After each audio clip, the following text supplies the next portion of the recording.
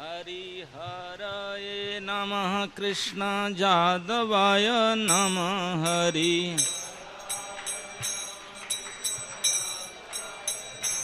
हरिहराय नमः कृष्ण जादवाय नमः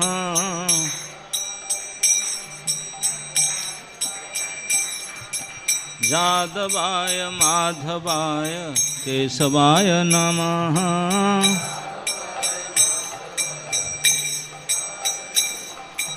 जादवाय माधवाय केशवाय नमः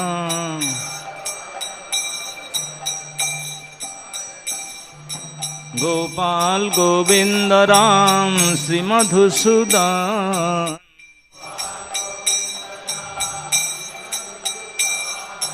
गोपाल गोविंद राम श्री मधुसूदन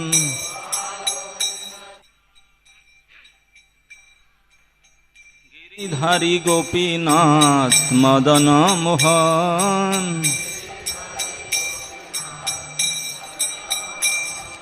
गिरिधारी गोपीनाथ मदन मोहन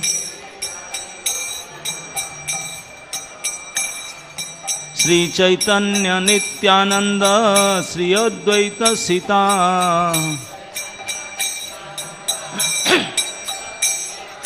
श्री चैतन्य नित्यानंद श्री अद्वैत सीता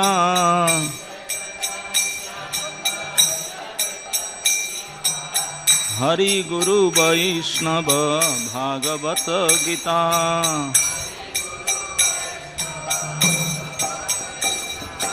हरि गुरु वैष्णव भागवत गीता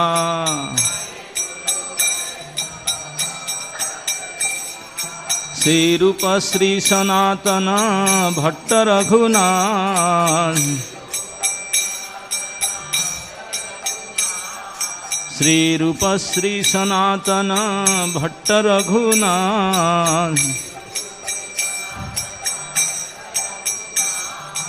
श्री जीव गोपाल भट्ट दास रघुनाथ श्री जीव गोपाल भट्ट दास रघुनाथ ए गोसाई जार ए गोसाई करी चरण बंदन जहाँ हैते विघ्ननाश अभीष्ट पुराण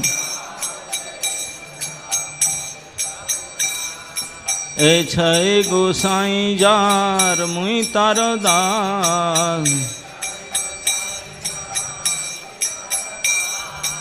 दासबार पदरेणु मोर पंचग्रास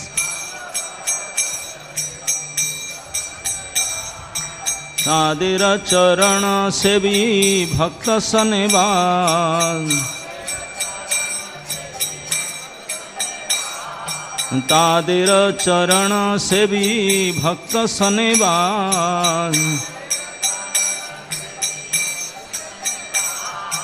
जन्म है यही अभिलाष जन्म है यही अभिलाष ए गोसाई जबे ब्रजे कैलावास राधा कृष्ण नित्य लीला करिला प्रकाश आनंदे बोलो हरि भज वृंदावन आनंदे बोलो हरि भज वृंदावन श्री गुरु वैष्णव पादे मजाया मन श्री गुरु वैष्णव पाद पद्म करियास नाम संकीर्तन कहे नरोत्तम दास। हरे कृष्णा कृष्ण कृष्ण हरे हरे, हरे राम राम राम हरे हरे।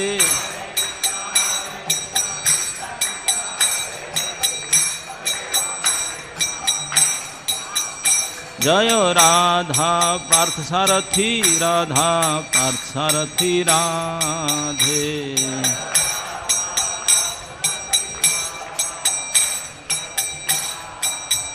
जय सीताराम लक्ष्मण भक्त हनुमान, सीताराम लक्ष्मण भक्त हनुमान।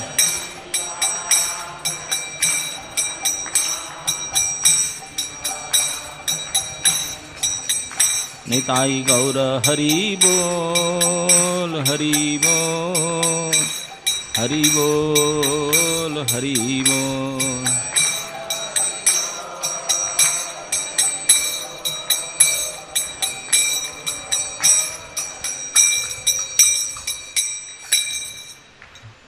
जय ओं विष्णुपाद परमहंस परिव्राजकाचार्य अष्टोत्तर शतश्री श्रीमद् अभय चरणारविंद भक्ति वेदांत स्वामी शील प्रभुपाद महाराज की, समवेत भक्त वृंद की, ग्रंथराज श्रीमद् भागवत महापुराण की, निताय गौर हरि प्रेमानंदे। ओम नमो भगवते वासुदेवाय, ओम नमो भगवते वासुदेवाय, ओम नमो भगवते वासुदेवाय। नारायणं नमस्कृत्य नरं चैव नरोत्तमं, देवीं सरस्वतीं व्यासं ततो जयम् उदीरयेत्। कृष्णाय वासुदेवाय देवकी नंदनाय च नंदगोपकुमाराय गोविंदाय नमो नमः। श्रीमद्भागवत महापुराण से पाठ, पंचम स्कंध, द्वितीय अध्याय, श्लोक संख्या 14। योऽसौ त्वया करसरोजहतः पतंगो,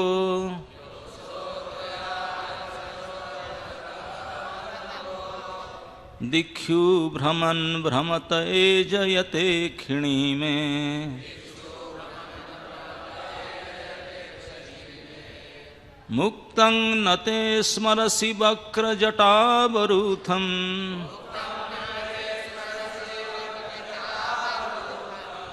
कष्टो नीलो हरति लम्पट एषनिविम्। योऽसौ त्वया करसरोजहतः पतंगो,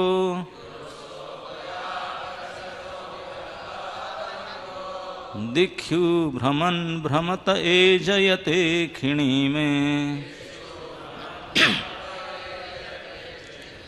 मुक्तं न ते स्मरसि वक्रजटावरूथं,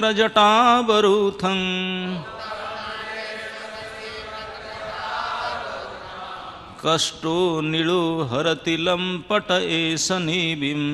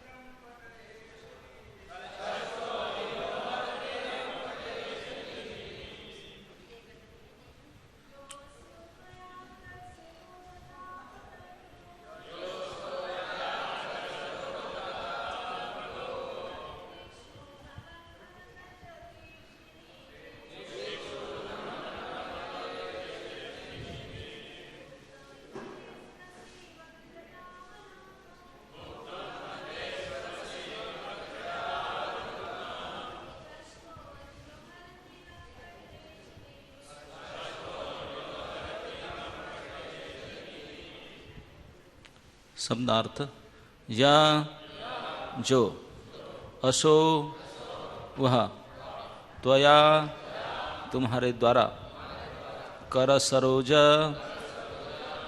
कमल के समान हथेली वाला हतः आहत पतंगः गेंद दिख्यु समस्त शिक्षाओं में भ्रमण घूमते हुए भ्रमतः अस्थिर एजयते विक्षुब्ध करता है अक्षिणी नेत्रों को मैं मेरे मुक्तम बिखरे हुए ना नहीं ते तुम्हारा स्मरसी क्या तुम्हें सुधि नहीं है? क्या तुम्हें सुधि है? वक्र घुंघराले जटा बालों का बरुत्थम समूह कष्ट कष्टदायी अनिल वायु हरति हरण कर लेता है लंपटः धूर्त स्त्री पर आसक्त सदृश एषः यह निविम अधोवस्त्र। अनुवाद एवं तात्पर्य श्रील प्रभुपाद जी के द्वारा अनुवाद। मेरा मन पहले से चंचल है और तुम इस गेंद को अपनी कमल सदृश हथेली से इधर उधर फेंक कर मेरे नेत्रों को विक्षुब्ध कर रहे हो। तुम्हारे घुंघराले केस अब बिखरे हुए हैं, किंतु तुम्हें उनको संभालने की सुधि नहीं है। किंतु इन्हें संभाल क्यों नहीं लेते? यह धूर्त वायु स्त्रियों में आसक्त लंपट पुरुष के समान तुम्हारे अधोवस्त्र को उठाने का प्रयत्न कर रहा है। क्यों तुम्हें इसकी खबर नहीं है? क्या तुम्हें इसकी खबर नहीं है? तात्पर्य। पूर्वचित्ती अपने हाथों में गेंद लिए हुए खेल रही थी, जो उसकी कमलवृत्त कमल सदृश हथेली में पकड़े एक अन्य कमल सदृश लग रहा था। इधर उधर गति करने से उसके केस शिथिल हो गए थे और उसका निवि बंधन खुल रहा था। ऐसा प्रतीत हो रहा था मानो धूर्त वायु उसे नंगा करने का चाह रहा था। फिर भी उसने अपने बाल संवारने या अपना वस्त्र संभालने की कोई परवाह नहीं की। अग्निध्र इस बाला की अनावृत सुंदरता का दर्शन करना चाहता था, अतः उसके हाव भाव से उसके नेत्र चंचल हो उठे। ओम अज्ञानं तिमिरन्धस्य ज्ञानाञ्जनशलाकया चक्षुरुन्मीलितं येन तस्मै श्री गुरवे नमः। श्रीचैतन्यमनोभीष्टं स्थापितं येन भूतले स्वयं रूप कदा मह्यं ददाति स्वपदान्तिकम्। वंदे अहम श्रीगुरो श्रीयुतपदकमलं श्रीगुरोन् वैष्णवांश श्रीरूपं साग्रजातं सहगणं रघुनाथं नितं तं सजीवं साद्वैतं सावधूतं परिजनसहितं कृष्णचैतन्यदेवं श्रीराधा कृष्णपादान् सहगणललिता श्रीविशाखान्वितं स नमो विष्णुपादाय कृष्णपृष्ठाय भूतले श्रीमते भक्तिवेदांत स्वामिन् इति नामिने नमस्ते सरस्वती देवे गौरवाणी प्रचारिणे निर्विशेष शून्यवादी पाश्चात्य देश तारिणे। जय श्री कृष्ण चैतन्य प्रभु नित्यानंद श्री अद्वैत गदाधर शिवासादि गौरभक्त वृंद। हरे कृष्णा कृष्णा कृष्णा हरे हरे, हरे राम राम राम हरे हरे कृष्ण। तो श्रीमद् भागवत महापुराण में पंचम स्कंद का आरंभ है, जो प्रियव्रत महाराज के पुत्र अग्निध्र चरित्र है। ये अग्निध्र चरित्र में ये जो कुछ श्लोकों की श्रृंखला आप चर्चा कर रहे हैं, इसमें महाराज अग्निध्र के विवाह करने का वर्णन है। महाराज अग्निध्र प्रियव्रत महाराज जब वन को तप करने चले गए तो उनको राज्य देकर गए, तो उनके पितृ आदेश के अनुसार उन्होंने बड़े अच्छे ढंग से पुत्र वत्सल राजा के भांति राज्य करने लगे। लेकिन अंत में उनको पुत्र प्राप्ति की अभिलाषा हुई, तो उन्होंने हिमालय के पर्वतमाला के एक चुने हुए पर्वत के घाटी मंदराचल के घाटी पर गए। वहाँ बड़े एकांत स्थान में अपने आश्रम बना करके तपस्या किए। उस तपस्या के समय में ब्रह्मा जी ने उनके पास ये स्वर्गीय अप्सरा पूर्वचिति को भेजे हैं, और उस अप्सरा ने, पूर्वचिति ने, किस प्रकार आपने स्वाभाविक अंग और उनके जितने प्रकार के उपाय था, उनके बोली चाली, देखने की शैली, ये सब के द्वारा, और जो भी कुछ उपाय था उनके पास, सब उपाय लगाकर किस प्रकार अग्निध्र को आकर्षण करती है, ये सब का वर्णन बड़े विशेष रूप से सुखदेव गोस्वामी कर रहे हैं, एक एक डिटेल। तो उसको पढ़ करके कभी मन में ये विचार भी उठता है कि ये श्रीमद् भागवत महापुराण कौन सुनने वाला था? पहले कौन सुन रहा था? महाराज परीक्षित, जिनको डेथ नोटिस इशू हो चुका था। 7 दिन में मरने का जिनको नोटिस इशू हो चुका था, और उसमें 5th कांड चल रहा, मतलब 2 दिन तो चला भी गया होगा, 1-2 दिन। अब गिनती करके थोड़े दिन बचने का है, और वो भी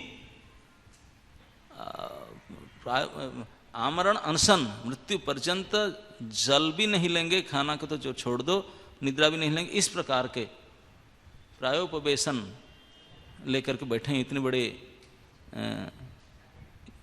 अनुष्ठान लेकर के बैठे हैं, मन लेकर के, जो खाया नहीं हो, खाने का भी नहीं, उनको मरते तम पीने का भी नहीं, सोने का नहीं, इस प्रकार व्रत लेकर बैठे हैं। और उस सभा में केवल परीक्षित महाराज अकेले थे, इसे नहीं है, कोई हमारे जैसे 3rd क्लास तो थे नहीं। सारे संसार में से गिने चुने बड़े बड़े प्रबुद्ध व्यक्ति, त्यागी, महात्मा, ऋषि, महर्षि, राजर्षि, देवर्षि, बड़े बड़े अपने समुदाय सब महात्मा जन से बैठे हैं। यहाँ तक कि व्यास, पराशर, नारद पर्यंत बैठे हुए हैं। अब बोलने वाला कौन है? ये संसार से जितने विरक्त पुरुष हैं, ऐसे मुक्तात्माओं के प्रसिद्ध विरक्त चूड़ामणि महान भगवत भक्त श्री सुखदेव जी, जिनको जन्म से पहले ही माया से पहचान हो चुका था, वो बच चुके थे, और जिनको जन्म से पहले ही भगवान के प्रतिश्रुति प्राप्त था, ऐसे महाविरक्त परमहंस चूड़ामणि श्री सुखदेव गोस्वामी, जिनका संसार में एक निर्ग्रंथ पुरुष, उनका हृदय में कोई गांठ नहीं था, कोई बंधन नहीं था, पूर्ण मुक्त, ऐसे निष्किंचन महात्मा सुखदेव जी बोल रहे हैं। और बिल्कुल मरने वाला, सर्वत्यागी, खाना पीना छोड़कर बैठे वाला परीक्षित, और सारे महात्मागण के बीच में ये कथा चल रहा है। और इस कथा में ऐसे डिटल इंद्रिय आसक्त पुरुष, और कैसे इंद्रिय आसक्त पुरुष ट्रैप होता है, उनको किस प्रकार ट्रैप किया जाता है, उनके मन, उनके इंद्रियां, उनके दृष्टिभंगी, उनके भावना, उनके अंग, और दूसरे की तरफ किस प्रकार से एक दूसरे से आसक्त होकर के किस प्रकार, तो इसको इतने डिटेल चर्चा सुखदेव जी ये सभा में क्यों कर रहे हैं। जब कल मैंने उसको देखा रात को, बोला इसमें ये क्या है भाई, ये भागवत की स्थिति है भाई, इज गोइंग सो डिटेल। बोल देंगे इसे हुआ था, इससे काम चलता, आगे बढ़ जाते, लेकिन नहीं जा रहे। अभी 10 श्लोक हो गए, इसी चल रहा है। अब पता नहीं कि मेरे भाग्य में तो इस श्लोक है, ऐसा नहीं। आप लोग कहीं भी बोलते होंगे, काल भी बोले होंगे, परसों भी बोलेंगे, ये तो टू मच। लेकिन फिर भी विचार आया कि सुखदेव जी को पता नहीं था क्या, ना परीक्षित जी को पता, ना जो बैठे थे उनको पता नहीं था, लेकिन फिर भी इसको इतने महत्व देकर, इतने गुरुत्व देकर, इतने डिटेल चर्चा क्यों कर रहे हैं। मन में सोच में आया, सही है कि ठीक है, मुझे पता नहीं, ये हमारा स्पेकुलेशन हो सकता है कि कोई भी अच्छे कार्य को अगर हम करना चाहेंगे, अच्छे बनना चाहेंगे, अच्छे गुण, अच्छे क्रिया को करना जितना हमारे लिए आवश्यकता है अच्छे अभ्यास को, उससे कई गुना ज़्यादा महत्वपूर्ण अभ्यास है कि जो बुरे हैं उससे बचना। इसलिए श्री चैतन्य महाप्रभु जब अपने अनुयायी भक्तों को, उनको पूछे कि हम जा रहे हैं, कुछ हमको उपदेश दीजिए, कुछ तो इंस्ट्रक्शन दीजिए, तो महाप्रभु ने बोले देखो आप लोग सब वैष्णव भक्त हैं, आपका तो एक ही काम होना चाहिए ना। एक ही काम, कौन सा काम होना चाहिए? बोले वैष्णव आचरण क्या, असत्संग त्याग यही वैष्णव आचार। एक ही काम है, ओनली वन एजेंडा आप लोग का, क्या?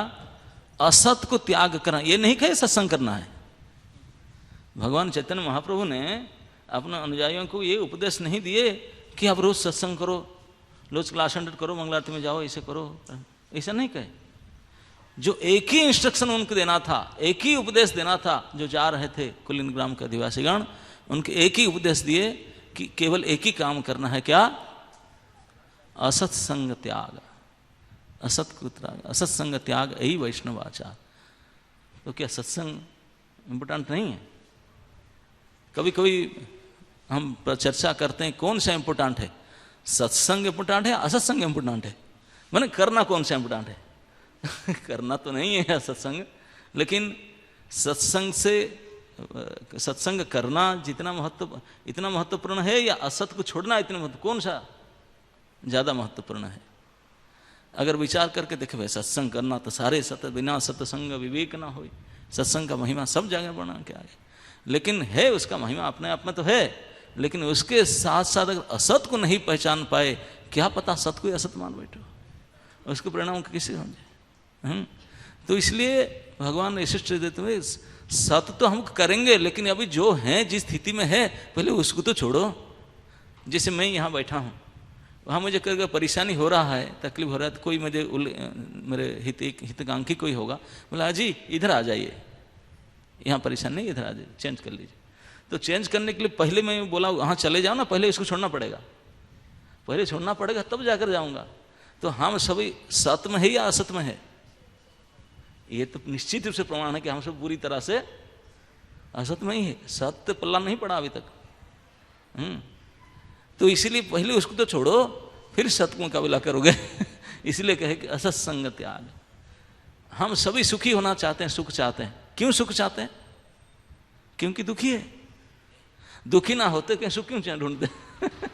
दुख नहीं मिला इसलिए, सुख नहीं मिला, दुखी है इसलिए सुख की तलाश में। और सुख तो अभी पता नहीं कैसा है, दुख के खूब पल्ले पड़े, अच्छी तरह से पहचानते तो इसलिए दुख को हटा देना ही हम सुख मानते हैं। दुख निवृत्ति को ही हम सुख मान बैठे थे। तो इसलिए प्रभुपाद जी ने भी यद्यपि हरे कृष्ण महामंत्र खूब प्रचार किए, जब देखे कि लोग थोड़ा आ गए उनके कंट्रोल में, तब सीधा बताने के भैया अब मंत्र जप करो, लेकिन 4 नियम को सख्त कर दिए।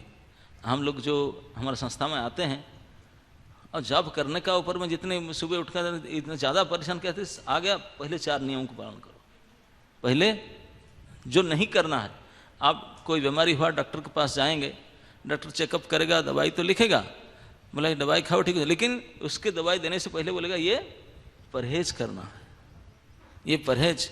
तो परहेज को ज़्यादा जानना चाहिए, ज़्यादा चर्चा परहेज के ऊपर होना चाहिए। जो लेंगे वो तो है, अभी तो अभी लेंगे, लेकिन बुनियाद से परहेज के साथ हमारा पल्ले पड़ा इसी करते आए, तो उसी को अच्छी तरह से समझ लेना चाहिए। इसलिए सुखदेव गोस्वामी ये विरक्तों के सभा में ये मुमूर्षु जो मरने वाले ऐसे सीरियस कंडीशन में उसको ज़्यादा महत्वपूर्ण देकर समझाते हैं कि किस प्रकार we are getting trapped into maya. तो अब ये श्लोक में वर्णन करते हैं कि अग्निध्र और पूर्वचिति की जिस प्रकार इस निर्जन मंदरा चढ़ की घाटी पर जिस प्रकार वो आकर चलती है, वो तो कई श्लोकों में सुने हैं। अभी वो एक गेंद खेल रही है, हाथ में लेकर उछाल रही है। ये गेंद खेलने का पता नहीं ये कि टैक्टिस है। जब आप अष्टम स्कंद में भगवान मोहिनी देवी भगवान शंकर के सामने जो प्रकट हुए, मतलब बड़े बड़े लोगों के सामने, क्योंकि जो दैत्यों को जब मोहित किए वो तो सीधा सीधा आए, वो तो फंस गए तुरंत देखते ही। लेकिन जब भगवान शंकर के सामने मोहिनी देवी प्रकट हुए, आप देखिए तुरंत बल खेलते हुए आए। हाँ, गेंद खेलने वहाँ भी आए, गेंद खेलते हुए। अब शंकर जी फंसे। अब एक और वर्णन आता है जब माता देवहूति अपने यंग समय में जब उन्हें अपने छात के ऊपर खेलती थी, जो सो चित्रसेन गंधर्व अप्सरा देख करके गिर पड़ा विमान से, सेंसेल्स होकर के अपने गाड़ी से गिर पड़ी। वो अभी भी सभी वो गेंद खेल रही थी। कोई गेंद उछालते खेलते समय में जिस प्रकार अंग प्रत्यंग जिस प्रकार भावशाली होता है, उसको देखकर ही जिस प्रकार आसक्त होता है बड़े बड़े लोगों का मन। अग्निध्र महाराज के जिस प्रकार घटना हो, तो इस प्रकार वो वर्णन करते हैं कि क्या तुम ऐसे खेलती रहती हो, इस समय उनके केस राशि उन्मुक्त हो जाता है, वो खुला हो जाता है, उसको ध्यान नहीं देते हो, और हवा चलता है और उछलती है गेंद के साथ उनके निवी वस्त्र जो कमर के बंधन वो ढीले पड़ जाती है। इस प्रकार उन्मुक्त शरीर को देख कर किसी प्रकार कामासक्त होता है। और अग्निध्र महाराज किस प्रकार सिस्टमेटिकली कमिंग डाउन और किस प्रकार ये सब वर्णन बड़ा डिटेल करते हैं। यद्यपि भक्ति रसामृत सिंधु में हम कैसे भक्ति के चरम स्तर को प्राप्त करेंगे, वर्णन रूप गोस्वामी ने बड़े ढंग से स्टेप वाइज किए सिस्टमेटिकली। पहले साधु संग होना चाहिए, पहले श्रद्धा होना चाहिए, श्रद्धा के बाद संग, भजन, क्रिया, अनर्थ निवृत्ति, बड़े सिस्टमेटिकली प्रेम पर्यंत वर्णन किए। अष्टम सोपान 8 पीढ़ी। ठीक किस प्रकार हम पतन भी होते हैं खत्म होने तक, उसको भी वर्णन किए हैं। ये अपर स्टेप है, ये डाउन स्टेप भी है। गीता में भगवान कहते हैं ध्यायतो विषयान पुंसः संगस्तेषु उपजायते संगात संजायते कामः कामात् क्रोध अभिजायते क्रोधात् भवति सम्मोह सम्मोहात् श्रुतिभ्रंशति श्रुतिभ्रंशात् बुद्धिनाशो बुद्धिनाशात् खत्म प्रणश्यति। पूरा खत्म करने के लिए स्टेप बाय स्टेप कैसे उतरते हैं वो भी बड़े डिटेल वर्णन किए। ये नहीं तो दिस इज दी वे, हाँ कैसे हम स्थिति पर आते हैं। तो इसको हमारा ठीक से महत्वपूर्ण रूप से उसको सतर्क नहीं रहेंगे तो कितने बड़े बड़े महापुरुषों का हुआ है, तो ऐसा बात नहीं है। तो इसलिए इसी प्रोसेस बताते हैं कि कहीं भी किसी पर ब्रेक लगा करके उसको अनुशीलन किया जाए स्थिति। तो ये सब में एक से एक हम लोग ऐसे नहीं कि कोई और ऑल विशिष्ट रूप से अभिज्ञ है। विशेष करके इस कलि युग में इस भौतिक संसार में ऐसा कोई प्राणी नहीं है जो उसका अनभिज्ञ होगा। अब अभिज्ञ हैं सब एक से किसी मामले में, लेकिन जिसके बारे में नहीं जानते हैं उसके बारे में चर्चा नहीं करते। सबसे पहले जिसको जानते हैं उससे बचने का प्रयास करना चाहिए, इसलिए उसके वर्णन बड़े महत्व रूप से किया जाता है। जो भी हो, तो अभी काल ही था ना, परसों था चंदन यात्रा, चंदन उत्सव था। अभी 21 दिन तक, आप लोग तो डेली नहीं करते, चंदन उत्सव जगन्नाथपुरी में और अनेक मंदिर में समर्थ है। अब 21 दिन तक भीतरी चंदन फिर बाहरी चंदन होता है, महीने धर करके भगवान की चंदन बेस। गर्मी शुरू हुआ, बैसाख मास में शुरू हुआ। इसमें जो ग्रीष्म जो गर्मी के प्रभाव है उसके बचने के लिए ये चंदन बेस तो दक्षिण में उड़ीसा में आदि में तो प्राय होता था, बड़े चिरकाल से हुआ था। लेकिन इस मध्य भारत आदि में, उत्तर भारत आदि में चंदन का बेस नहीं था। अभी भी अक्षय तृतीया को चंदन उत्सव के दिन वृंदावन में हम तो हमेशा रहते देखते हैं, केवल गोस्वामी मंदिर के जो विग्रह है उन्हीं में चंदन बेस होगा, बाकी किसी मंदिर में कोई चंदन नहीं लगाते हैं ना। इवन उसी दिन भी हम लोग तो एक ही दिन लगा देते हैं साल में, वो भी वृंदावन में तो शाम को लगाते हैं 5 बजे से लेकर 8 बजे तक बस। अरे दिन भर तो गर्मी में रहे 5 से 8 बजे तक साल में कुछ घंटा लगा दे, इसमें क्या गर्मी उतरेगा। और आगे जून में जो गर्मी और तो बढ़ेगा, और तभी नहीं लगाएंगे। अभी केवल तृतीया तिथि के दिन। ये क्यों? ये परंपरा तभी से शुरू हुआ, जो माधवेंद्रपुरी को गोपाल भगवान ने गोवर्धन से आदेश दिए थे कि जाओ तुम चंदन लाओ मुझे लगाओ। और तो चंदन यहाँ ये भारत के इसी प्रांत में अवेलेबल था नहीं, जानते नहीं थे चंदन की महिमा। वही पानी डाले, थोड़ा पंखा चले, आजकल हो तो कूलर ऐसे फिट कर दें, लेकिन इसी में ठंडी का निराकरण, गर्मी का निराकरण ऐसे नहीं होता जैसे चंदन के द्वारा होता है। चंदन में शीतलता और सुगंधता दोनों ही प्राप्त होता है। तो इसलिए भगवान ने माधवेंद्रपुरी को भेजे चंदन लाने के लिए। चंदन तो लाए, ला करके गोवर्धन तो नहीं आ पाए। वो उड़ीसा में रेमुणा में रहकर गोपीनाथ को लगाए, गोपीनाथ को चंदन लगाए, लेकिन गोवर्धन में उनको कूलिंग इफेक्ट हुआ। वो बोलते हैं कि मुझे होता है, प्राप्त होता है। जो भी हो, उन्होंने जो चंदन लगाए गोपीनाथ को माधवेंद्रपुरी ने, इसी तृतीया, वैशाख शुक्ल तृतीया के दिन से शुरू लगाए थे। तो इसी दिन, इसलिए जितने गोस्वामी माधवेंद्रपुरी के परंपरा में, गौड़ीय परंपरा में जितने उपासित विग्रह है, सभी को जैसे तैसे करके उसी दिन एटलीस्ट लगाते हैं ये चंदन वेशम।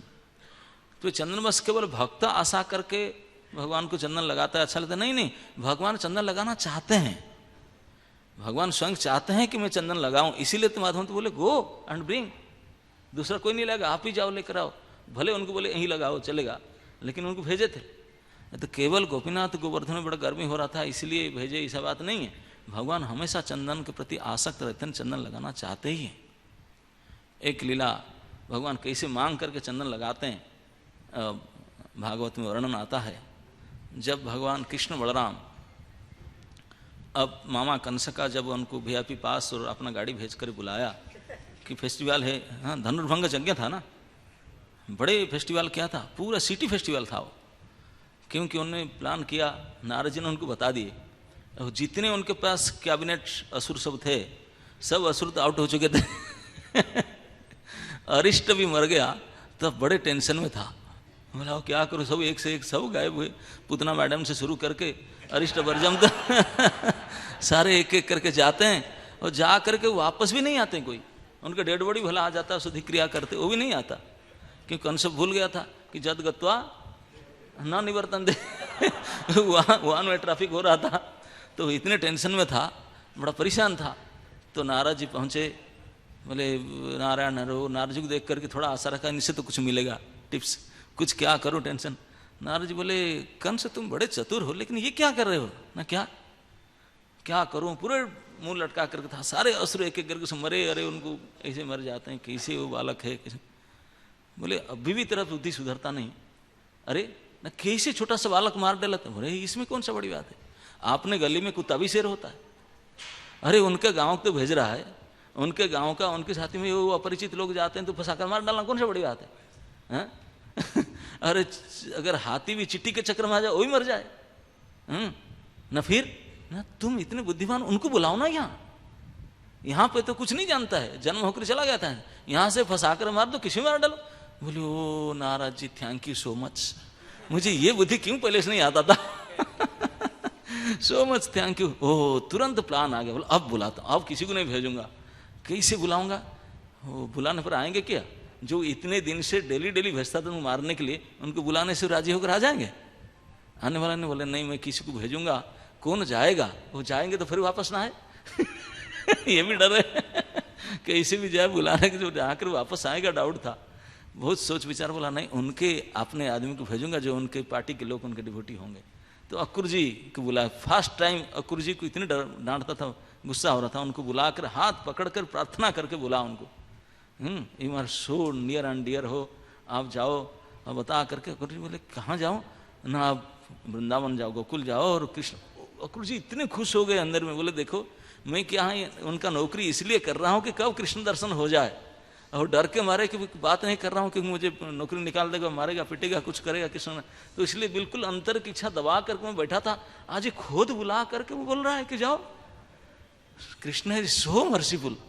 वो मन में इतने खुश हुए, बोले मैं जाऊं, सचमुच में जाऊं, किस लिए जाऊं, प्रोजेक्ट क्या है, बोले ये बुलाना फेस्टिवल है ना, किसी लिए फेस्टिवल, किसी लिए हठात तेरा मन में आ गया, क्योंकि वो तो खजांची थे ना, ट्रेजरर थे। बोले कोई वजन तो किसी लिए फेस्टिवल हटाते? नहीं नहीं नहीं, मेरा है ईयरली फेस्टिवल करना है धनुर्यज्ञ, और इसलिए मैं करता हूँ, हाई बजट पास करता हूँ इसके लिए, और उनको बुलाना फेस्टिवल देखने के लिए आएंगे। फेस्टिवल देखने के लिए बुलाते हैं?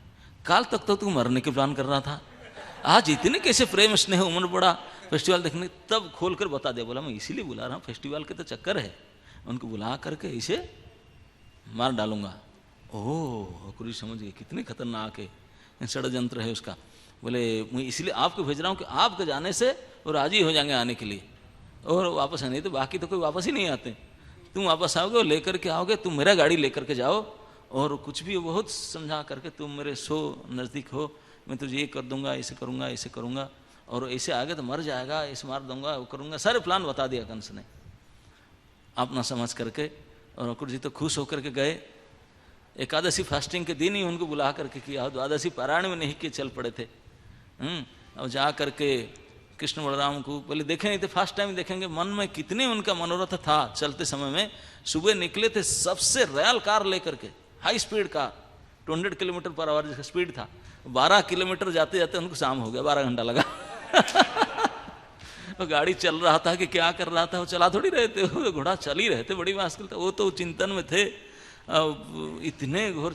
और जब शाम को पहुंचे, कृष्ण बलराम को देखे, जितने उनके मनस्कामना था विचार में सब एक एक करके पूरा हो गया। भगवान कृष्ण बलराम तो अंतर्जामी है, उनको स्वीकार किए, और स्वीकार करके लिए घर में उठा करके, और बोले हमको पता भी है, बता दो, फिर भी वो खुल करके सब बता दिया।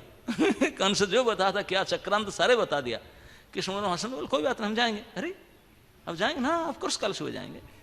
ये सब सुनने के बाद, हाँ वो सुनने के बाद जाएंगे, मामा जी ने बताए, VIP पास भेजे, अपना गाड़ी भेजे, तो कैसे नहीं जाएंगे। वो तो डर रहा था कहीं भाग ना जाए, किसी कुछ अपने बचने का प्रयास करे, काहे के बचने का प्रयास करेंगे, वो तो जाने बोला हम जाएंगे, ऑफकोर्स जाएंगे। और पिताजी को बता दे कि मामा जी ने बड़े श्रद्धा से इन्विटेशन भेजे हैं चलने के लिए।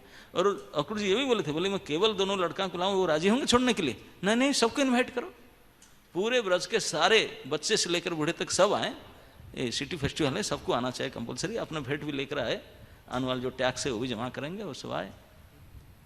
तो कृष्ण बलराम के लिए तो रॉयल कार आया था, बाकी सब अपना अपना प्राइवेट गाड़ी में जाना था। पब्लिक ट्रांसपोर्ट बैलगाड़ी लेकर सब निकले, वो अपने रॉयल कार में। जो भी हो, पहले तो वो पहुंच गए थे, पब्लिक ट्रांसपोर्ट वाला पहले पहुंच गए, रॉयल गाड़ी बाद में पहुंचे। इतनी स्पीड कार कैसे बाद में पहुंचे कि 3 ही तो यात्री थे, 2 कृष्ण बलराम अक्रूर जी थे।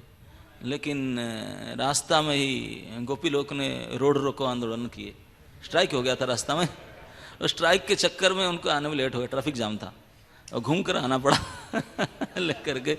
जो भी हो, लेट पहुंचे। अब पहुंच करके जब देखे कि सारे नंद बाबा आदि गोप और ग्वाला सब पहले से मथुरा के आउटस्कर्ट में जमुना किनारे अपना डेरा लगा चुके हैं, तो जैसे उनको देखे वहीं से गाड़ी से उतर गए। बोले अक्रूर जी जाओ, हम पहुंच जाएंगे, अब बता देना कि हम आ गए करके। और कंस देखा कि मैं सुबह से गाड़ी भेजा, आधे घंटा के रास्ता भी नहीं, आ जाना चाहिए, क्यों नहीं आ रहा है, क्यों नहीं आ रहा है, क्यों नहीं आ रहे। कितने उनका मन में चिंता आ रहा है, क्या क्या विचार कर रहा है। सोच रहा था हो ना हो अक्रूर बता दिया होगा, हाँ वो छिप गए होंगे, शायद अक्रूर को ना मार दिए होंगे कि चले गए होंगे। अगर अक्रूर सचमुच बता दिया और कहीं चले होंगे ना, मैं अक्रूर को ऐसे मार डालूंगा, ये करूंगा, वो करूंगा। मन में कितने प्रकार पे कल्पना विकल्प चल रहा है उनका, कि जरूर किसने भाग गए होंगे, कि नंद दस्तावदेव को छिपा दिए होंगे, कि अक्रूर जी को मर्डर कर दिए होंगे, कि कैसे बच गए, क्यों नहीं आ रहा है। कल्पना जल्पना ऐसे चल रहा था। लेकिन चाह करके भी कितने कोशिश कर पे, ये कभी कल्पना उसके मन में नहीं आता था कि ये सचमुच आ ही जाएंगे, और अभी आ ही गए हैं, आपके सामने भी आने वाले हैं, उनको डर फुर कुछ नहीं है। और सचमुच जब पता चला, अक्रूर जी खाली गाड़ी लेकर जा रहे थे, आगे गाड़ी पार्किंग में लगाए, बोला खाली गाड़ी ना, वो आ चुके हैं, उतर गए रास्ते में, आउटस्कर्ट में उतर गए, लेकिन आ चुके हैं, मथुरा प्रवेश कर चुके हैं। तो कंस का टेंशन हाई हो गया, और इतने उनका हार्ट बीट बढ़ गया, तो उसको डर इतने बढ़ गया, भय था।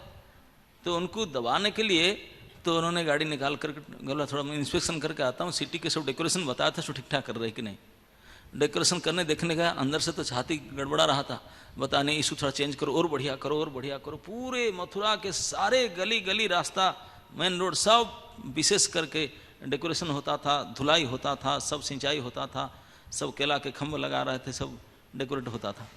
अब कृष्ण बलराम आ करके लंच खा करके वो सारे अपने ग्वाल साथी को लेकर बोले थोड़ा सिटी देख कर आए। पहली बार जीवन में कुछ नगर दर्शन करने जा रहे हैं। गांव में रहते, गाय बछड़ा चराने वाले थे, सिटी में गए, स्कूल कॉलेज में गए नहीं थे। पहली बार ये रॉयल टाउन में आए, ये कैपिटल सिटी था मथुरा, और कैपिटल सिटी में पहली बार जा रहे हैं, थोड़ा देखने के लिए मन में बड़ा उत्साह था। बोला हम था नगर दर्शन कराएं। नंद महाराज नहीं जानते थे, बोले तो आप पहली बार जा रहे हैं, कुछ गड़बड़ी होगा, कंस इतने खराब है, मत जाओ। लेकिन नहीं नहीं नहीं भैया साथ में है, हम सभी साथ में जाएंगे, जल्दी आ जाएंगे, कोई बात नहीं। और दोपहर में सोए नहीं, निकल गए सिटी देखने के लिए। अब वो कृष्ण बलराम जब मथुरा के आउटस्कर्ट में यमुना किनारे पहुंच गए थे और अकुरी जी आकर बता दी, ये खबर मथुरा में आग लगने की तरह फैल गया था कि वो आ चुके हैं करके। और कृष्ण बलराम के बाल्य स्वभाव की जो लीला, पुतना लीला से लेकर के अगासुर बकासुर कालिया और गोवर्धन, सब लीला मथुरा वाले सुन सुन करके इतने उत्साहित और उब चुके हैं कि देखना ही चाहते हैं। कौन है ऐसे लड़के दोनों जो ये सब काम किए हैं, सब देखना चाहते थे। और जब पता चल गया कि दोनों लड़के आ ही चुके हैं, अब कितने उत्साह उनका लिमिट तब जा चुका होगा। लेकिन डर के मारे कि कंस घूम रहा है, अगर देखेगा तुम उनके पार्टी देखने जा रहा है, वो पता नहीं क्या एक्शन लगा। डर के मारे कोई नहीं जा रहे थे, सभी के मन में इच्छा चरम सीमा को पहुंचा के देखने के लिए। मथुरा आ चुके हैं, थोड़े जाके देख लें दूर से भले, लेकिन डर के मारे कोई नहीं जाते थे। लेकिन डर भय बच्चों को थोड़ी लगता, बच्चे सब चले गए, छोटे छोटे बच्चे दौड़ करके, और जाकर घर से यमुना किनारे जो देखे कि छोटे छोटे बालकों के बीच में कृष्ण बलराम बैठ करके जो लंच कर रहे थे, इतने सुंदर लग रहे थे। ऐसे उनके बातचीत था, एक दूसरे को खिलाना जो लंच करने का। और देख करके खुश होकर बच्चों है दौड़ कर आएंगे, दौड़ दौड़ कर आकर अपने घर में, चाचा माँ पापा ऐसे वो दोनों आए हैं, इतने सुंदर दिखते हैं, ऐसे खाते हैं, दूसरे को खिलाते हैं, ऐसे आनंद करते हैं। और ये सब खबर पहुंच गया, आ चुके हैं, ऐसे कर रहे हैं। सब चाहते हैं कि हम भी कैसे जाएं, लेकिन वो जाएं क्या, वो पता चला कि लड़के बोले वो आ रहे हैं, वो आ रहे हैं, दे आर कमिंग। कौन सा रास्ते पर, इन्हीं रास्ते पर आ रहे हैं, इसी रास्ते पर अभी आने वाले हैं। अब देखो, कोई प्रोग्राम नोटिफिकेशन पहले नहीं हुआ था, मीडिया को भी नहीं पता था, मीडिया तो बच्चे हुए, बच्चे आकर बताए पूरे मथुरा में ऐसा कोई आबाल वृद्ध वनिता, कोई बालक, कोई वृद्ध, कोई बूढ़ा बूढ़ी तक कोई नहीं बाकी रहे, किशोर किशोरी पर्यंत सब अपने काम धाम जहां था वैसे रोक करके, ऐसी अवस्था में कोई शरीर बुद्धि छोड़ करके दौड़ करके आए, जिनको जहां जागा मिला। मथुरा के जो रॉयल रोड था, दोनों तो बिल्कुल खचाखच भीड़ हो गया, सब खड़े हो गए, बारंडा पे खड़े हो गए। जो स्त्रियां खिड़की खोल करके, कोई छत के ऊपर, कोई कबाट में, जहां तहां खचाखच भीड़ था। मथुरा के कैपिटल रोड जो मेन, इतने भीड़ था, कंस को भी परेशान लगा, जो सिक्योरिटी थी वो हो क्या गया इमीडिएट, इतने क्राउड तो कभी भी रॉयल फेस्टिवल नहीं हुआ था, ये सो मच क्राउड। अब उनको नहीं नोटिफिकेशन था कि दोनों आ रहे हैं करके अब देखे कि क्राउड सारे इकट्ठा हो रहे हैं। कई लोग तो बड़े बड़े जो मथुरा के सेठ साहूकार थे, बोले कुछ भी हो हम तो भेंट लिए। अरे कंस देखे गाली देगा, कंस क्या गाली देगा, जो इन्हीं दोनों के लिए पूरा सिटी सजा रहा है, इन्हीं दोनों के लिए इनकी फेस्टिवल है, तो हम उनके भांजा को, रियल भांजा को थोड़ा स्वागत करेंगे, इसमें क्या बात है, हम बोलने से पूछने से डांट बोल देंगे।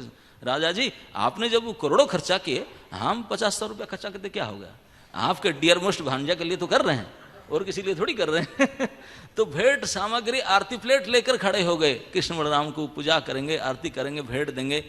और कृष्ण बलराम अपने स्टाफ के साथ, अपने ग्वालों के साथ मथुरा प्रवेश किए। अब प्रवेश करते ही जैसे मथुरा रोड पर आ गए, आज अपने अग्रजों के साथ और पूरे ग्वाल साथियों के साथ। अब सिंपल ड्रेस था उनका, कौन सा कचनी मारे थे, लकुट लिए थे हाथ में, ड्रेस वेस तो पहनते नहीं थे, कोई स्कूल में गए नहीं, यूनिफॉर्म नहीं, कुछ नहीं, लेकिन फिर भी इतने सुंदर लग रहे थे। पहले बार सिटी में आकर के सारे भवन को देख रहे थे, सब बंधनवार सब लगा है, सब देख रहे थे, देख कर पसंद नहीं आ रहा था, जा रहे थे, क्योंकि जो नेचुरल फॉरेस्ट उनको देखता रहता है। तो इतने में कृष्ण बलराम को लगा कि सिटी में सारे हाईली एजुकेटेड, सब इतने वेल टू डू फैमिली वाले हैं, बढ़िया बढ़िया वस्त्र पहने हैं, ऐसा कर, लेकिन हम लोग जाएंगे, रॉयल गेस्ट हैं, हमारा कपड़ा भी ढंग से पहनने का नहीं यार, तो क्या करें, इतने में पता चला कि वो रोड से उस तरफ से वो कंसका रयाल रंगकार जो धोबी था और अभी आज नया कपड़ा सब पेंटिंग करके रंग करके लेकर आ रहा था, सब हैंगर में डाल करके। वो तो सोच रहा था कि मैं तो कुछ आज मेरा रोड का ऊपर मेरा ही केवल सत्ता है और कोई नहीं चल सकता, बड़े अकड़ करके आ रहा था, पिया था भी खुद। अब वो नगर के जितने बड़े बड़े वरिष्ठ लोग भी रोड से छोड़ देते थे कि वो आ रहा है धोबी, छोड़ दो उसको। लेकिन कृष्ण बलराम तो पहले तो बोले ये बदमाश कैसे इसे आ रहा है अकड़ करके, ये बड़े बड़े लोग उनको साइड कर देते हैं। वो सोच रहा था कि बच्चे तो यहाँ के लोकालता लगते नहीं हैं, वेशभूषा में लगते नहीं यहाँ के, नहीं तो मुझे छोड़ देते, ये कौन है उदंड बच्चे, उनको देखने गुस्सा आया उनको। और गुस्सा आने से पहले कृष्ण जाकर पहले पूछ दे, बोले धोबी चाचा अब ये जो कपड़ा आप लेकर जा रहे हैं ये हमको दे दो यार, हम रॉयल गेस्ट हैं, उनके महंजा लगेंगे, हमारे पास वस्त्र नहीं, दे दो। अरे रास्ता छोड़े नहीं, ट्रैफिक जाम करके और पूछ रहे हैं। वो तो इतने गुस्सा हो गया, बोला अरे अभद्र कहीं के, एक तो मुझे साइड नहीं दे रहे हैं, बच्चे यहाँ के लोग है नहीं, मुझे पहचानते नहीं आप लोग, और मुझसे ये राज के वस्त्र मांग रहे हैं, इतने साहस आपका, इतने घमंड, कभी कपड़ा पहने जिंदगी में? वो तो सचमुच नहीं पहने थे, अभी देखता हूँ। हाँ अभी गुस्सा आ गया, बोले राजा को खबर करूंगा, सब पकड़ करके एक्शन लेगा, मैं ही अभी तो एक्शन लेता हूँ करके, जिससे गुस्सा करके गाली बकने लगा। सारे ग्वाल बाल बोले ये बदमाश कौन है, सब अपना अपना लकुट उठा लिए, पीट देंगे साले ये तो सब ग्वाला है ना, अहीर है और अनपढ़ है ये, उनका क्या लाठी चलाना उनका आता ही है, गाय बैल के ऊपर चलाते रहते हैं उनको कौन सा पड़ी है। लेकिन उनको ये सब एक्शन लेना नहीं पड़ा, लाठी चार्ज करना नहीं पड़ा समझ गए। बलराम भी गुस्सा होने से पहले ही कृष्ण ने एक्शन ले लिए। जैसे कोई मच्छर बढ़ गया ना, ऐसे मच्छर भगाते हैं, हाथ ऐसे भगाते, मारे नहीं, मच्छर उड़ गया तो भगवान ने जस्ट बाएं हाथ से ऐसे थोड़ा कर दिए, ऐसे किए, देखते ही ऑन द स्पॉट बिहेडेड हो गया, सर उठ गया, सर उठ करके वहां गिरा, धड़ छटक रहा है, वहां सर नाच रहा है, ब्लड के फवारा घूम रहा है इसी दशा, पूरे भीड़ था, शत हजारों लोग खड़े होकर देख रहे, उनके सामने ऑन द स्पॉट मर्डर बीच बाजार में। और राजा का रयाल रंगकार था, उनको मार दिए। जो उनके पीछे सैकड़ों असिस्टेंट सब कपड़ा लेकर जा रहे थे, सारे कपड़ा फेंक करके बैक गियर में भागे और लड़कों ने ताली बजा, बोले बाप रे बाप ताली बजा रहे हैं और वहां पीछा नहीं कर रहे हो, इसे भागे कपड़ा बड़ा फेंक करके। तो भगवान ने देखे भी नहीं, डेड बॉडी पड़ा था, सबको बोले आ जाओ उठाओ अपना अपने, सारे रॉयल ड्रेस पड़ा हुआ था, पूरे जितने रॉयल स्टाफ थे सबके कपड़ा जा रहा था, केवल राजा का नहीं, राजा मंत्री सेनापति जितने रॉयल कानून सभी का ड्रेस जा रहा था कल के फेस्टिवल के लिए। सब चुने आयरन क्या हुआ, प्रेस क्या हुआ, कलर क्या हुआ ड्रेस, सब आकर के एक एक पकड़ लिए, सब बोले सब पकड़ो एक एक ले लो। लेकिन पहली बार कपड़ा पहना तो कोई जानते नहीं थे, जो नीचे वाले वस्त्र इसको ऊपर से डांगने लगे, नहीं ऊपर वाले को नीचे से पहनने लगे, कपड़ा पहनना किसी को आता ही नहीं, साइड वाले को ऊपर में बाजू में को पहने, ऐसे लिपट लिए, किसी को नहीं आता। सब एक दूसरे को देख रहे हैं, तुम कैसे पहनते, मैं भी ऐसा पहनूंगा, बोले तुम कैसे पहनो, मैं ऐसे पहनूं, और कुछ कपड़ा पहनना आता ही नहीं, जैसे तैसे लिपट लापट करके चले, चलना भी दिक्कत आता था। लेकिन भगवान की इच्छा, और टेलर मास्टर निकले, अब फटाफट वहीं खड़े खड़े, वो भी नहीं कि आज तक ऐसा कोई टेलर हुआ नहीं, आप कपड़ा पहने हो, पहनते पहनते कपड़ा काट पीट कर साइज कर दे, कम से कम कपड़ा देना पड़ेगा उतर करके, कुछ दिन ही लगेगा, नाप चुप लेगा तब फिटिंग करेगा। वो तो खड़े खड़े कोई नाप चुप सुई धागा लाया और फटाफट, हाथ में मशीन भी नहीं लगाया, काट करके फटाफट घूम घाम करके सारे ग्वालों को बिल्कुल फिटिंग कर दिया ड्रेस में, रॉयल ड्रेस फिट हो गए।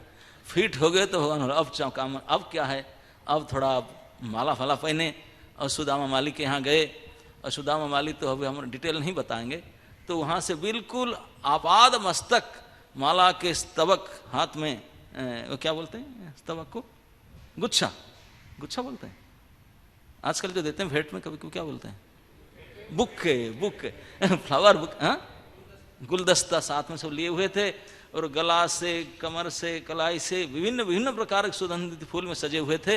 और फूल में सजने के बाद भी राजकीय वस्त्र पहने, रयाल माला बड़े सुगंधित चुने हुए, पूरा माला में पहने, पूरे शरीर में जानू तक माला, वनमाला लहर रहा है, पूरे अंग में सुगंधी माला सजा रहा है, बाल से सब जगह से। लेकिन फिर भी भगवान इससे संतुष्ट नहीं हुए, थोड़ा चंदन लगाना चाहते थे। तो अंततः उनकी इच्छा के अनुसार जैसे भीड़ तो था ही और भीड़ और बढ़ रहा था। जब वो मर गया धोबी और कुछ रहल एक्शन हुआ ही नहीं, कोई पुलिस आई नहीं, अभी तो फोटो खींचने के लिए भी सारे नागरिकों को साहस बढ़ गया, बोला अभी कोई सुधरने के नहीं, हमारा कुछ डरने का नहीं। और तो जय ध्वनि करने लगे भगवान वासुदेव की जय हो। अब तो सब उत्साह से चले, अब क्या डरने का है, हमारे असली राजा अभी आ गया, कंस से भाड़ में जाने दो। सभी का डर निकल गया। अब भीड़ के अंदर इतनी भीड़ और बढ़ गया था, बिल्कुल मेन शायद होली गेट में निकलते होंगे शायद, तो वहाँ पहुँच गए थे तो देखा कि एक स्त्री ने बिल्कुल मुंह नीचे करती हुई, अब बिल्कुल किसी के बात पर ध्यान नहीं देती, किसी की ओर देखती नहीं, चली जा रही है। वो थी कुब्जा, और उनको प्रतिदिन के अभ्यास हो गया था, अभ्यास हो गया था, प्रतिदिन रास्ता पर उसी समय जाना होता था। और क्योंकि कुब्जा तो थी ही भली, लेकिन विधाता ने उनको एक पीठ में एक कुबड़ दे दी थी। इस कुबड़ के कारण तो उनका इतने बड़ा हतभाग्य था। यद्यपि विधाता कृपा करके उनको एक कला दिए थे, अंगराग बनाना और अंगराग लगाने का एक्सपर्टीज था उसके पास, पीएचडी किया था उस मैटर में। हाँ, तो इसलिए उनको राजकीय सेविका बन गए, गवर्नमेंट सर्वेंट थी वो, और अपना क्वार्टर मथुरा में था, संपन्न था, बहुत उनका धन खूब मिलता था, मान सम्मान था। और लेकिन क्या करें, अब हतभागी तो थी ही, केवल धन मान भले मिला था तो, लेकिन जब कुबड़ी जब जाती थी रास्ता में कभी कभी, तब सारे तरुण लोग उनको उनकी चाली की नकल करते थे, इसी चलती थी।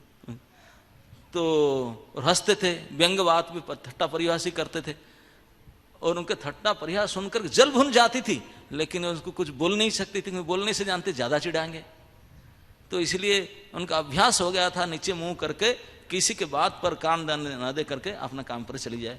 वो आज भी इसे चली जा रही थी, हाथ में एक सोने की बास्केट ली थी, और सोने की डालिया के अंदर सोने की अनेक कटोरी थी, और कटोरी में विभिन्न प्रकार की चंदन, कस्तूरी, कुंकुम, अगुर आदि पेस्ट करके अंगराग सब रखी थी, जिसका खुशबू आधे किलोमीटर तक जा रही थी।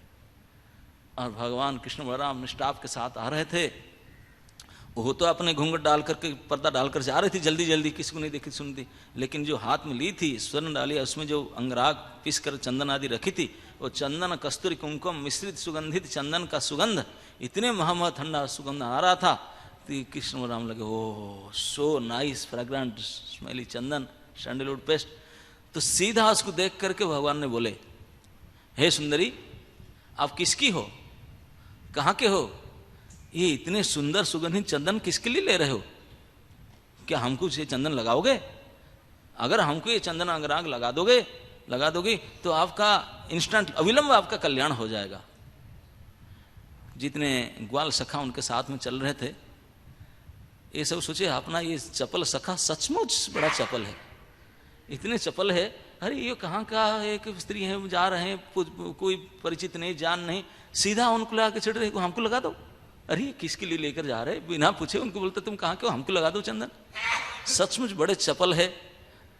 अब इतने जाकर बोल दिया, चपल सखा है बोल तो दिया, लेकिन उन कुब्जा ने डेली कई ऐसे बातें सुनती थी, लेकिन आज के जो शब्द उन्होंने सुना कि ये सुंदरी किसकी हो, कहाँ को किस लिए ले जा रहे हैं, हमको लगा दो, तो ये शब्द के सुर को सुन करके उनको लगा कि जैसे उनके श्रवणेन्द्रिय से वो शब्द अंतर पर्यंत अमृत की उड़ेल, अमृत सिंचन हुआ, और पर्दा उठाकर देखने लगी, कौन है ये, तो कोई मनचले एक मथुरा के लोकल लड़के तो ऐसे बात तो नहीं करेंगे।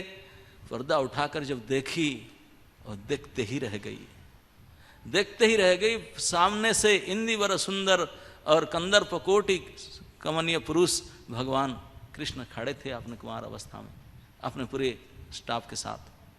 और जो पहली बार भगवान को कोई सामना सामनी देखे, अब वो देखना तो भूल गया सारे, अब सोचने लगा वो सामने खड़े हैं, हंस रहे हैं और पूछ रहे हैं कि आप मुझे अंगराग लगा दो, लेकिन किसकी हो, कहाँ के हो, किस लिए ले जा रहे हो, ये प्रश्न पूछ रहे हैं 3-4, उसको उत्तर भी देना है, लेकिन क्या उत्तर दूं, मैं तो अभी किसकी हुई नहीं, विधाता ने कृपा करके मुझे दरिद्र तो नहीं रखा, मान और धन तो मिला, लेकिन इसी कुबड़ ने दे दिया, ये कुबड़ के कारण मैं अभी किसकी हो नहीं पाई। तो अभी क्या बताऊं किसकी हूं करके, लेकिन बताना तो है। बोला कि मेरा नाम त्रिवक्रा है और अब मैं राजकीय दासी हूं, मेरे हाथ के बिना महाराज कंस को किसी के अंगराग ना बनाना ना लगाना रुचता है, तो इसलिए मैं गवर्नमेंट सर्वेंट हूँ और मुझे अच्छा खासा तनख्वाह मिलता है, मेरा अपना भवन है मथुरा में, सब कुछ है। लेकिन आप जैसे सुंदर पुरुष हो, आप ही इसे सुंदर अंगराग के योग्य पात्र हो, आपको न लगा कर मैं और किसी को लगाऊं? भले महाराज कंस है, बड़े दुर्दांत है, लेकिन मेरा नौकरी भाड़ में जाने दो, चाहे मैं मरूं या जो कुछ भी चाहूं, आपको तो अंगराग में लगाऊंगी। और सबके सामने बिना कुछ सोचे विचारे अंगराग लेकर उनको लगाने के लिए सारे भीड़ के अंदर भगवान ने बोले अग्रज खड़े हैं, पहले उनका नंबर है, भाई साहब है इधर। तो भाई साहब है करके पहले उनको लगाया। बलराम जी के गौर कांति है, उसमें बिल्कुल श्वेत चंदन, उसमें अब कुमकुम आदि को लगा करके और अलग अलग रंग के बिंदु दे करके बड़े सुंदर सजाया। पूरा शरीर तो वस्त्र में ढंका हुआ था, और जहाँ अंग प्रत्यंग गले आदि से माला पुष्प में ढंका हुआ था, केवल मुख भर तो खाली था, बाकी सब ढंका हुआ था। केवल मुखड़ा पर, कपोल में और भाल में केवल उसके चंदन बेस करना था, जहाँ बाकी शरीर में नहीं करना था। तो इतने में भी शी वॉज सो एक्सपर्ट चंदन लगाने में, तो इतने जल्दी सी त्वरा सी इतने एक्सपर्टीज में पत्रावली बनाई और इतने फूल अंकन की, सब मुख में चंदन चर्चित बेस की। भगवान कृष्ण को अपने श्याम वर्ण के हिसाब से कलर का मैचिंग के साथ और कुमकुम केसर युक्त चंदन लगाया उनमें, पीला चंदन उनके, और केवल कृष्ण बलराम नहीं, पूरे ग्वाल साथी सभी को चंदन बेस करके जल्दी सी बेस करके अपना सामने खड़े हो गए। पूरे डालिया के चंदन सब लगा दी, सब में लगा के खड़े हो गए कृष्ण के सामने। अब पूरी रोड पर इतने खचाखच भीड़, सैकड़ों हजारों मथुरावासी नगरवासी खड़े हैं, संपूर्ण गोप सखा श्री बलराम तक सामने खड़े हैं। लेकिन आज त्रिवक्रा को कोई उनके नजर में नहीं आते हैं, उनको तो केवल एक ही दृष्टि से आते हैं, ये इंदिवर सुंदर भगवान कृष्ण के रूप उन्हें देख रहा है। अब तो वो उन्मादिनी हो उठी, पगली होकर बुलाना, और सीधा जा करके उनके सामने हो गई। अब सब देख रहे हैं, सबके देखते देखते अंधी पब्लिक, कृष्ण थोड़ा बोले कि चंचल मत करो, सीधा 1 स्टेप आगे बढ़े और उनके पैर को लेकर के उनके पैर को दबाए, और अनामिका और मध्यमा 2 अंगूठी उनके थोड़ी में लगा करके एक झटका से दिए, कड़क कड़क आवाज सा हुआ, दैट्स इट। वो कुबड़ कहीं गायब, कुबड़ ऐसे गायब हो गया जैसे पता चला कुबड़ थी ही नहीं, ऐसे सीधी हो गई, पूरा सीधी हो गई। केवल सीधी नहीं हुआ, भगवान कृष्ण के कर कमल के स्पर्श पा करके सौंदर्य की घाटा बरस पड़ी इसके ऊपर, लगा कि कोई स्वर्ग की अप्सरा की कोई देवी अभी डाउनलोड हो गए क्या अभी यहाँ उतर आई क्या मथुरा रास्ते पर। इतने सुंदरी, इतने सौभाग्यवती हो गई, जितने लोग भीड़ था और जितने पास में नहीं आए थे मथुरापुर के कुल ललनाएं, जितने सुंदरी स्त्री थी, सब गवाक्ष में सब नजर लगाकर बैठी थी, सब दुरंत लज्जा के कारण फेंट होकर सेंसलेस होकर गिर पड़े। धीखे हमारे भाग्य को, धीखे हमारे इस कुल परंपरा को, हम ऐसे होकर घर में रह गई। इस त्रिवक्रा को देखो, भगवान के दर्शन स्पर्शन पाया और किस प्रकार हुआ, हम ऐसे ही ऐसे रह गए। लेकिन त्रिवक्रा तो अब समझिए, वो तो सीधा अब बिल्कुल जाकर पकड़ लिया भगवान को, उत्तरीय को, चलिए साथ में। भगवान बोले अभी नहीं, मैं आऊँगा। अब कुब्जा ने सोची कि नहीं, अब तो उनका बात मानना है, मैं तो दासी हूँ, अभी जन्म जन्म के लिए उनका दासी हो गई। और दासी का ये धर्म नहीं है, ये स्वभाव नहीं है कि अपने मालिक को जिद करे, उनका साथ में कुठीट बने, नहीं। अब उनके चरण की दासी हूँ मैं, अभी ढीठ नहीं करूँगी और शायद रूठ जाने से गड़बड़ हो जाएगा, तो इसलिए उनके आज्ञा पालन करनी है, केवल उनका आज्ञा ही पालन कर सकती हूँ। ऐसे बोले कि जाओ, भगवान बोले मैं आऊँगा बस। तो कुब्जा ने चली गई समुद्र, लेकिन पूरे उनके नख से सीख तक उन भगवान के रूप और उनके स्पर्श रोम रोम में बस गई, उससे बच नहीं सकी और अपने भवन की ओर चली गई। उसके बाद में क्या हुआ वो तो आप सब जानेंगे। लेकिन इस घटना से हम देखते हैं भगवान कितने चंदन चर्चित होने के लिए लालायित हैं, मांग करके इस प्रकार के मांग के चंदन लगाए और चंदन वेश होने के बाद ड्रेस पहने थे, माला पहने थे, वो चंदन वेश हो गए। दैट सीट अब और कुछ नहीं आशा किए, उसमें पूर्ण तृप्ति हो गई भगवान। अब जाकर धनुष तोड़ डाले। धनुष तोड़ने के लिए जो चाहिए था ड्रेस पहनी तो चंदन ही बाकी था, बिना चंदन लगाए ये दुष्कर्म भी नहीं कर पाए। तो भगवान चंदन चर्चित होने से वास्तविक कृपा बरसाते हैं, वास्तविक कुबड़ को भी सीधा कर देते हैं अगर भगवान के चंदन वेश कोई देखते हैं, है ना नहीं। तो इसलिए हम लोग को बिल्कुल भगवान के चंदन वेश दर्शन करना चाहिए, चंदन लगाना चाहिए। भगवान चाहते हैं हम जैसे दुर्भागा कुबड़ के चंदन भी स्वीकार करते हैं, और स्वीकार करके कुछ ही क्षण में हमको भी इंस्टेंटली सौभाग्यवान बना सकते हैं। तो इसलिए चंदन वेश है। तो अभी सीजन चल रहा है, जितने बार चंदन लगाओगे इस महीना में इतने हमारा सौभाग्य है। भगवान तो नित्य चंदन लगाते हैं, हमारे भाग्य को सुधारने के लिए अगर हम चाहें तो भगवान को नित्य चंदन चर्चित वेश करना है। हरे कृष्ण।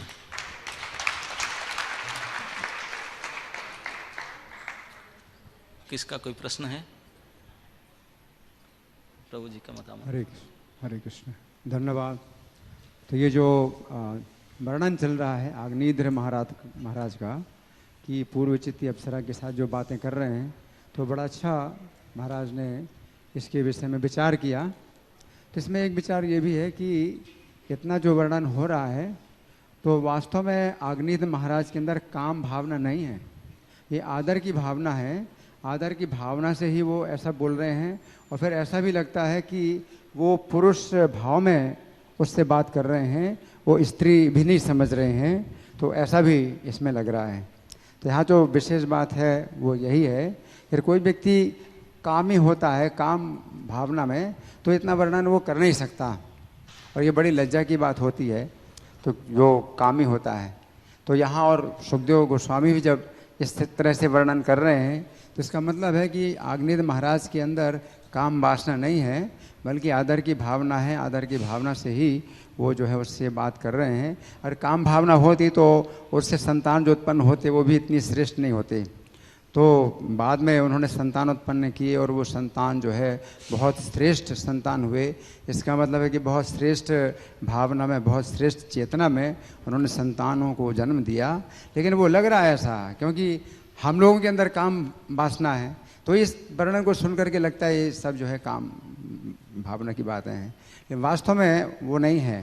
जैसे भागवत के 10वें स्कंद में वर्णन आता है कि जब स्त्रियां कुरुक्षेत्र में मिली, एक दूसरे से जो है मिलती हैं या पानी उछालती हैं, तो उनके जो है वस्त्र हैं वो शरीर से चिपक जाते हैं और उनके शरीर का जो सौंदर्य है वो दिखाई देने लगता है। कामी लोगों को जो है वो उससे काम जो है मतलब उभरता है, काम वासना पैदा होती है। लेकिन जो जिनके अंदर काम वासना नहीं है तो वो जो है सौंदर्य का ही केवल आस्वादन करते हैं, उनके अंदर काम वासना नहीं है।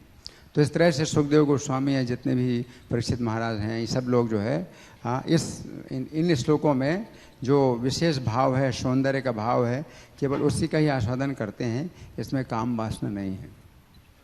हरे कृष्ण। ग्रंथराज श्रीमद् भागवत महापुराण की